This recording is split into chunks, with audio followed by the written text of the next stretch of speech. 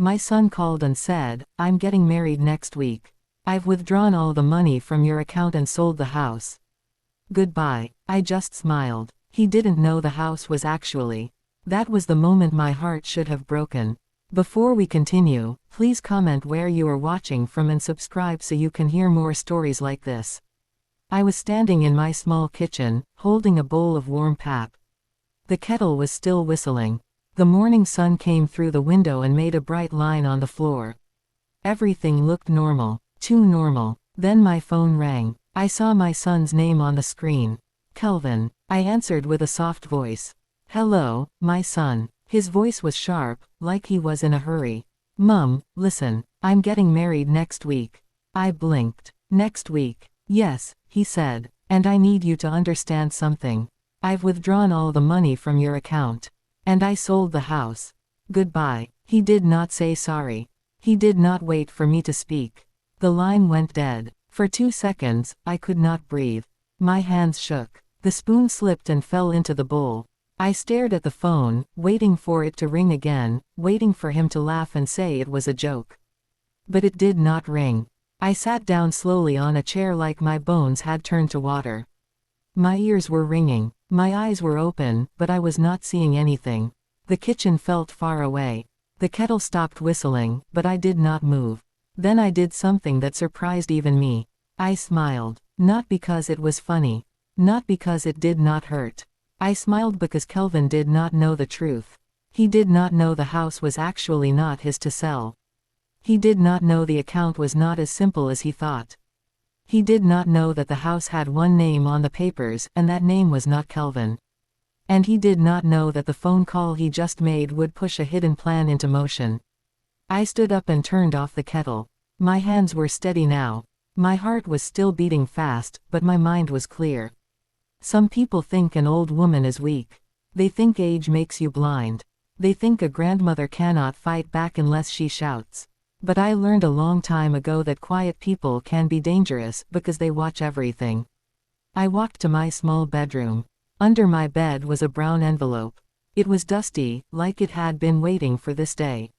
Inside were papers. Real papers. The kind that decide who owns what. I opened the envelope and looked at the top page. My eyes moved across the words I had read many times before. I nodded slowly, like I was greeting an old friend. "Okay," I whispered. "So you have chosen this road." I heard a car horn outside. A neighbor's child shouted and laughed. Life continued like nothing happened. But in my house, something had changed. I picked up my phone again. I did not call Kelvin back. No, that would give him power. That would show him fear. Instead, I called someone else. A woman named Mrs. Adesina. She was not my friend. She was not my family.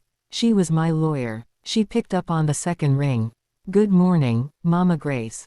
"That is my name, Grace." "Good morning," I said, calm. "It has started." There was a pause. Just one small pause. Then her voice became serious. "Did he do it?" "Yes," I said. "He has withdrawn the money.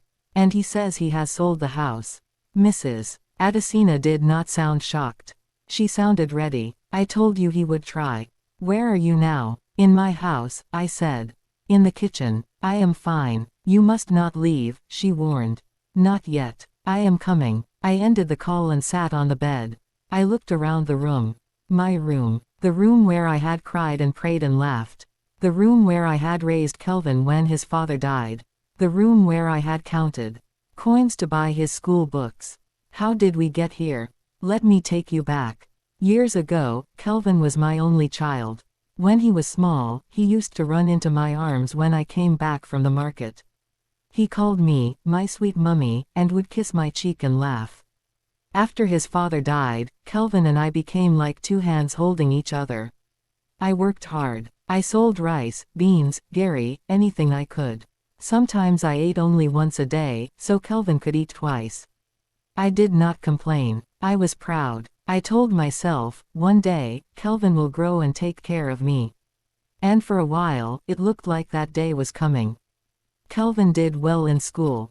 He got a job in the city. He started wearing fine shirts and nice shoes. He began to send me money. He would call and say, "Mum, don't worry. I'm your son. I will handle everything. People praised him. They called him a good son. I believed them. Then little things started changing. His calls became shorter. His visits became rare. When he did come, he looked at my house like it was too small for him. He would sigh and say, "Mum, you're still living like this." I would smile and say, "I'm fine, my son." But inside, I felt something cold. Then he met a woman. Her name was Linda. The first time I saw Linda, she greeted me with a smile that did not reach her eyes. She looked around my sitting room like she was inspecting a hotel. Her eyes moved over my old curtains, my simple chairs, my small television. She said, "Good afternoon, Mama." "Good afternoon," I replied. "Welcome." Kelvin sat beside her, proud, like he was showing her a prize. After that day, Kelvin changed faster. He started asking questions. "Mum, where are your documents? Mum, do you have your bank details safe? Mum, you should let me help you manage things. You are getting old." At first, I thought it was love.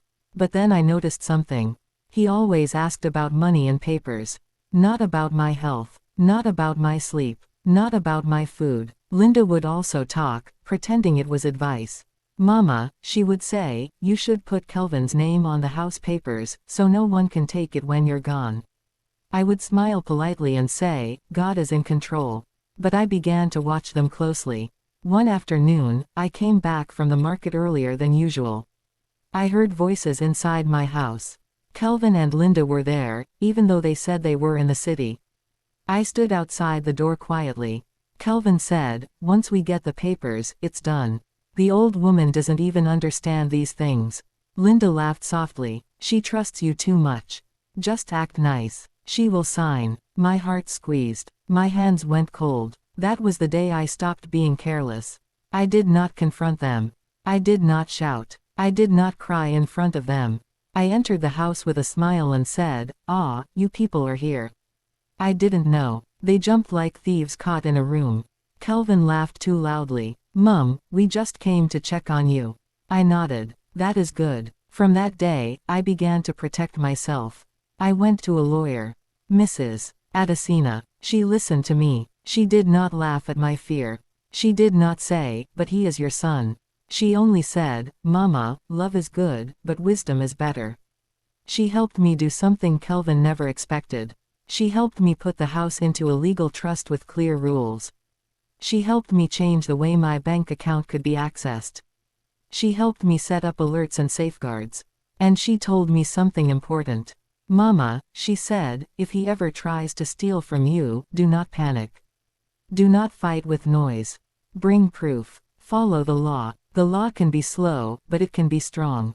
I listened. But even with all that, I did not believe Kelvin would go this far. Until today. Until that phone call. I held the brown envelope again and took out another paper. This one had a stamp. A real stamp. It showed that the house could not be sold without certain steps. Steps Kelvin did not take. Steps Kelvin did not even know existed. My smile faded, and a hard calm came into my eyes. Outside, I heard the sound of a car stopping. Then another sound. Loud knocking. Fast knocking, like someone was angry. My stomach tightened. I looked through the window and saw two men standing at my gate. One held a file. The other held a bunch of keys. Behind them, a third man stood with a clipboard, looking serious. I heard one of them say, "This is the place. We are here to take possession." My heart beat once, heavy. Then I heard a voice I knew very well. Kelvin. He was outside too. And he was laughing. "Mum," he called loudly, so the neighbors could hear. "Open the door. Don't make this hard." I stood up slowly. My hands were not shaking. But my chest was tight. I walked to the door and placed my hand on the lock. And then I heard Kelvin say something that made my blood turn hot. "Mum, I already sold the house.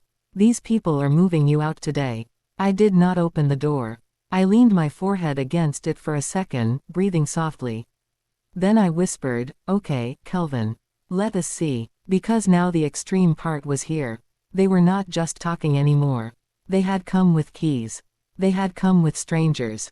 They had come to throw me out of my own home. And the most frightening part was this. One of the men outside said, "If she refuses, we will force it." The buyer is waiting. I heard metal scrape against metal. Someone was trying to fit a key into my door. The lock turned, and I realized they had a key that could open my house. I stepped back quickly, my eyes wide. Because the door was starting to move. The door opened, not wide, just a little, enough for fear to walk in first. I stepped back as the lock finally gave way. The door creaked like it was tired of holding secrets. My heart was beating so loud I thought the men outside could hear it. Kelvin pushed the door open fully. He walked in like he owned the place. Behind him were 3 men. One wore a brown shirt and held a file. Another carried a bunch of keys. The third looked around the house like he was measuring where my life would be packed into boxes. Kelvin smiled when he saw me. But it was not the smile of a son. It was the smile of someone who believed he had won. "Mum," he said loudly, "why are you standing there like that? I told you already. The house is sold. These people are here to take possession." I looked at him slowly. I wanted to shout. I wanted to cry. I wanted to ask him where his heart had gone. But I did none of those things. I smiled again. Kelvin frowned. Just a little. He did not expect that. One of the men cleared his throat. "Madam," he said, trying to sound polite, "we were told the house has been sold. We need you to cooperate so this process can go smoothly." "Smoothly," I repeated softly. Kelvin crossed his arms. "Mum, please don't embarrass me. I already signed everything. The buyer is waiting. You can pack your things later. For now, just step outside." Step outside. Like I was a visitor. Like I was not the one who slept on this floor when the roof leaked. Like I was not the one who paid for every block, every nail, every door. I walked slowly to my chair and sat down. My legs felt weak, but my voice was calm. "Gentlemen," I said, "may I see the papers?" The man with the file hesitated and looked at Kelvin. Kelvin laughed. "Mum, you won't understand them. They are legal papers. I may be old," I said, "but my eyes still work." There was a small silence. The man opened the file and brought out some papers. He handed them to me. I took them gently. I read the first page. Then the second. Then the third. I nodded slowly. Kelvin smiled wider. He thought my nod meant I had accepted defeat. "See," he said. "It's done." I lifted my head and looked at the man with the file. "Sir," I said, "whose name is on this house?" He blinked. "Yours, madam. And a trust name." Kelvin's smile froze. "What trust?" Kelvin asked sharply. I turned the papers so Kelvin could see. "This one," I said, tapping the page. "This house is under a legal trust. It cannot be sold like this." Kelvin laughed loudly, but it sounded forced. "Mum, stop this nonsense. You don't even know what you signed years ago." "I know exactly what I signed," I replied. The man with the keys stepped forward. "Sir," he said to Kelvin, "we were not informed about a trust." Kelvin's face changed. "Ignore her," he snapped. "She's confused." I stood up slowly. "I am not confused," I said. "I planned." The room felt smaller. The air felt heavy. Kelvin's voice dropped. "Mum, what are you doing?" "I am protecting myself," I said. One of the men pulled out his phone. "We need to confirm this," he said. "This could be a serious issue." Kelvin turned to me, anger burning in his eyes. "You set me up," he hissed. I shook my head. "No, you set yourself up when you forgot that respect matters." The men stepped aside and spoke quietly among themselves. Words like illegal, false sale, and problem floated through the room. Kelvin started pacing. "Mum, why are you doing this to me? I'm getting married next week. Do you want to ruin my life?" I looked at him carefully. "You ruined something first," I said. "You ruined trust." He stopped walking. "You were my mother," he said. "You should support me." "I supported you all your life," I replied. "But support does not mean letting you destroy me." The man with the file cleared his throat again. "Sir," he said to Kelvin, "we need to stop this process for now. There are legal problems." Kelvin's face went red. "Stop," he shouted. "No one is stopping anything." He turned to me suddenly.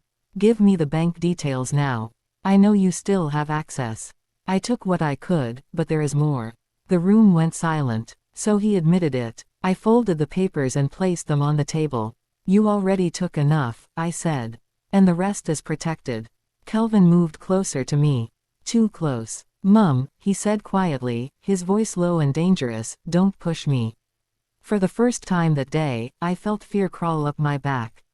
One of the men stepped between us.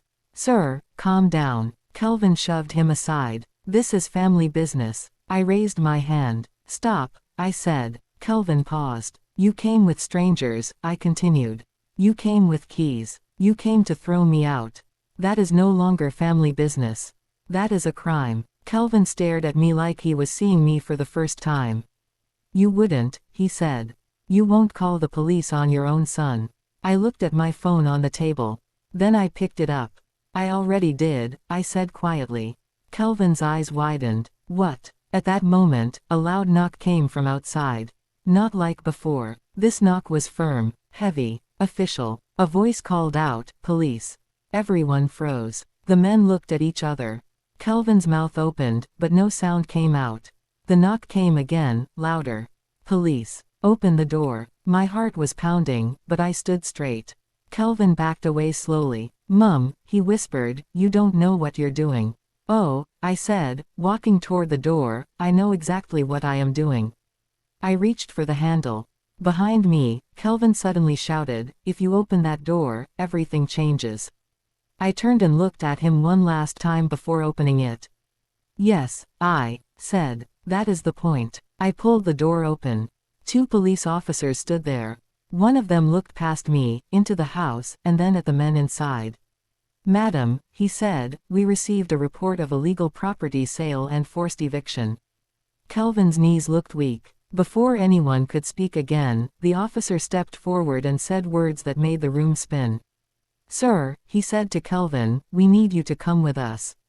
Kelvin shouted, Mum, tell them it's a mistake. But at that exact moment, one of the officers turned to me and asked a question that changed everything. Madam, he said, is it true that your son also emptied your bank account without your consent? I opened my mouth to answer. And then I heard Linda's voice from outside, screaming Kelvin's name. She was running toward the house. And I knew this story was about to turn even darker. Linda burst into the compound like a storm. Her hair was not neat anymore. Her fine dress looked pulled and wrinkled. Her phone was in her hand, shaking as she ran. Kelvin, she screamed. What is happening? Why are there police here? The neighbors had gathered by now. Doors were open. People were whispering. Some stood on their toes to see better. Shame stood in the air like smoke. Kelvin looked at Linda and then at the police. Sweat covered his face. Mum, he said again, his voice breaking, please. Just say it's a mistake. We will fix it. I swear. I looked at him. This was the same boy I once carried on my back to the clinic when he had fever. The same boy who cried when his father died. The same boy who once promised never to hurt me. But promises mean nothing without actions. One of the police officers spoke again. Madam, we asked you a question. All eyes turned to me. Yes, I said clearly. He withdrew the money without my permission. Linda gasped. What? Kelvin shouted, Mum. The officer nodded and wrote something down. That is financial abuse, he said. And attempted illegal sale of property. Linda rushed forward. Officer, please, there must be a misunderstanding. This is a family matter. The officer looked at her calmly. Madam, the law does not disappear because people are related. Kelvin dropped into a chair. His head fell into his hands. Linda turned to me, her eyes sharp. Mama, she said, lowering her voice, why are you doing this? Do you want to destroy your son before his wedding? I stepped closer to her. You should ask yourself why you helped him destroy me. Her mouth opened, then closed. I turned to the officers. I have documents, I said. My lawyer is on her way. As if the words were a signal, a car stopped outside. Mrs. Adesina stepped out, holding her briefcase like a shield. She walked in without fear. Good morning, officers, she said. I represent Madam Grace. Kelvin looked up slowly. His eyes widened. You hired a lawyer? He asked me weakly. I hired wisdom, I replied. Mrs. Adesina spoke clearly and calmly. She explained the trust. She explained the account safeguards.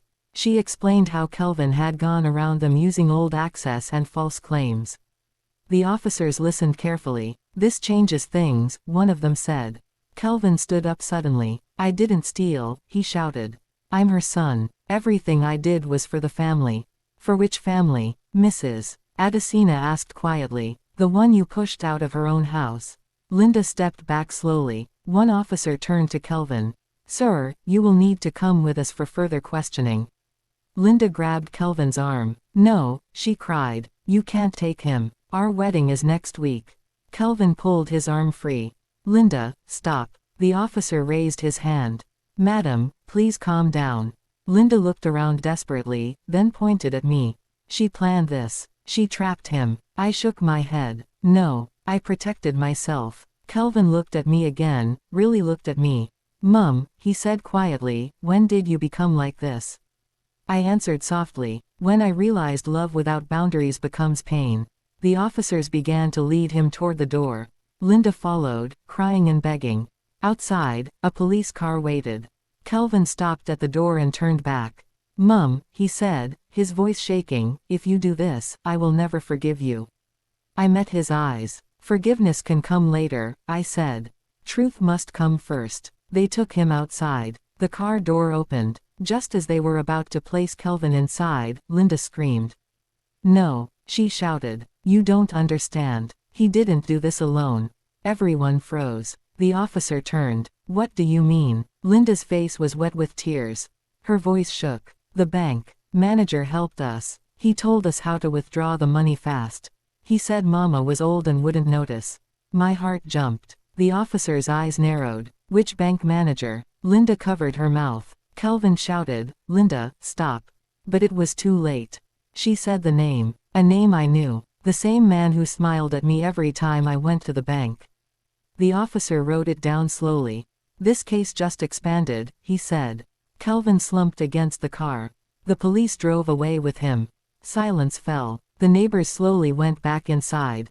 Linda stood in the compound alone, staring at me with hate and fear mixed together. You think you've won, she said. This is not over. She turned and walked away. I closed the door and leaned against it. My knees felt weak now. Mrs. Adesina placed a hand on my shoulder. You did well, she said. But my heart was heavy. Because I knew something else was coming. My phone buzzed. I looked at the screen. It was a message from an unknown number. It read, you should have stayed quiet. This will cost you. My hands tightened around the phone. Because now I understood. Kelvin was not the biggest problem anymore. And the danger was no longer just inside my house. I read the message again. You should have stayed quiet. This will cost you. My chest felt tight. Not like before, when fear made me shake. This was different. This fear was colder, smarter. It told me this fight was no longer only about my son. Mrs. Adesina looked at my face. What is it? I handed her the phone. She read the message and did not smile. Do not reply, she said. Not yet. Who could send this? I asked. She looked straight at me.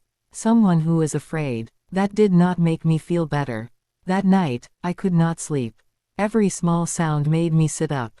A dog barking, a car passing, footsteps outside my gate. I kept the lights on. I kept my phone close. I kept thinking of Kelvin. Not the angry man who came with keys and strangers, but the boy who once slept holding my finger. By morning, news had spread. People whispered at the market. Some said I was wicked. Some said I was brave. Some said a mother should never call the police on her son. I said nothing. Around noon, Mrs. Adesina returned with serious news. The bank manager has gone missing, she said. What? I whispered. He did not come to work today. His phone is off. My heart sank. This is getting dangerous, she continued. Someone is trying to cover tracks. Before I could reply, my phone rang. It was Kelvin. From the police station. I answered. Mum, he said quietly. His voice sounded tired. Please come. I closed my eyes. Why? They are saying more things, he replied. They are saying fraud. They are saying prison. I said nothing. Mum, he begged, Linda has left me. That hit me harder than I expected. She packed her things, he continued.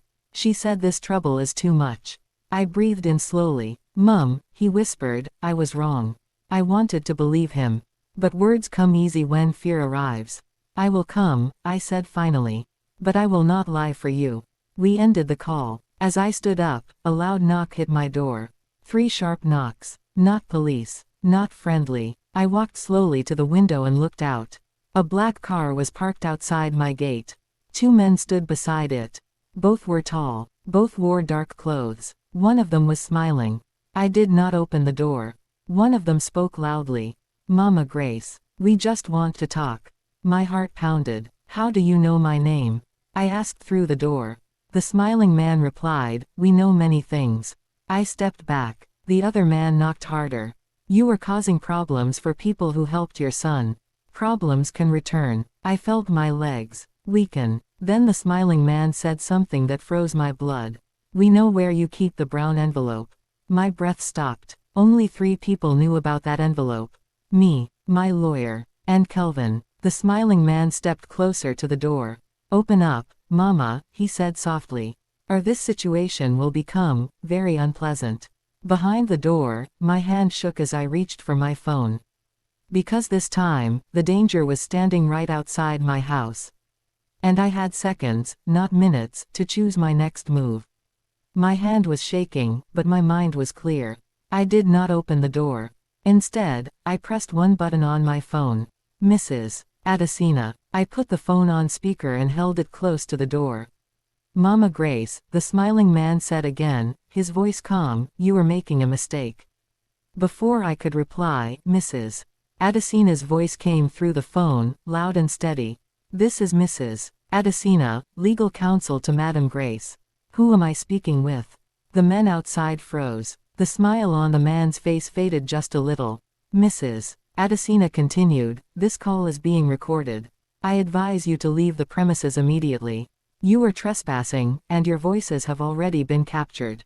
The second man cursed under his breath. The smiling man tried again.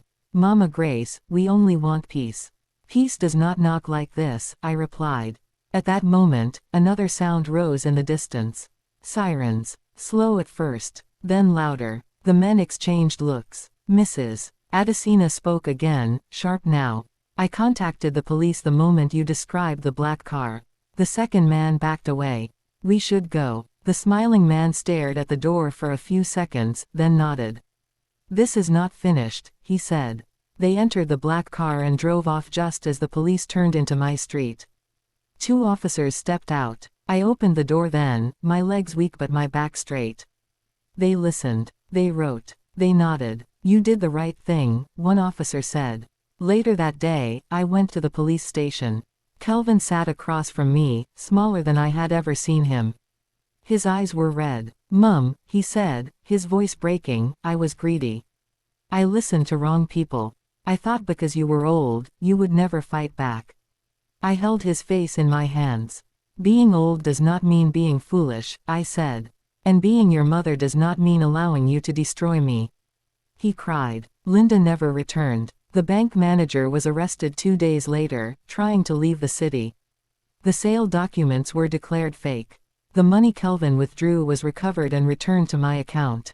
The house remained mine. Kelvin faced the law, but because I told the truth and did not lie, his punishment became lighter. He was ordered to return everything, attend counseling, and serve community service instead of prison. He lost his wedding, but he gained something else. Humility. Months later, Kelvin came back to my house. Not with keys, not with demands, with groceries, with lowered eyes. Mum, he said, can I sit? I nodded. He sat on the floor, not the chair. That was how I knew he had changed. This is the lesson of my story. Love your children, but do not hand them your life. Respect is not automatic. It is taught. And silence is not peace when it protects wrongdoing. I am a grandmother. I am gentle, but I am not weak. And the day my son thought I had nothing left was the day he learned that wisdom, once awakened, is stronger than greed.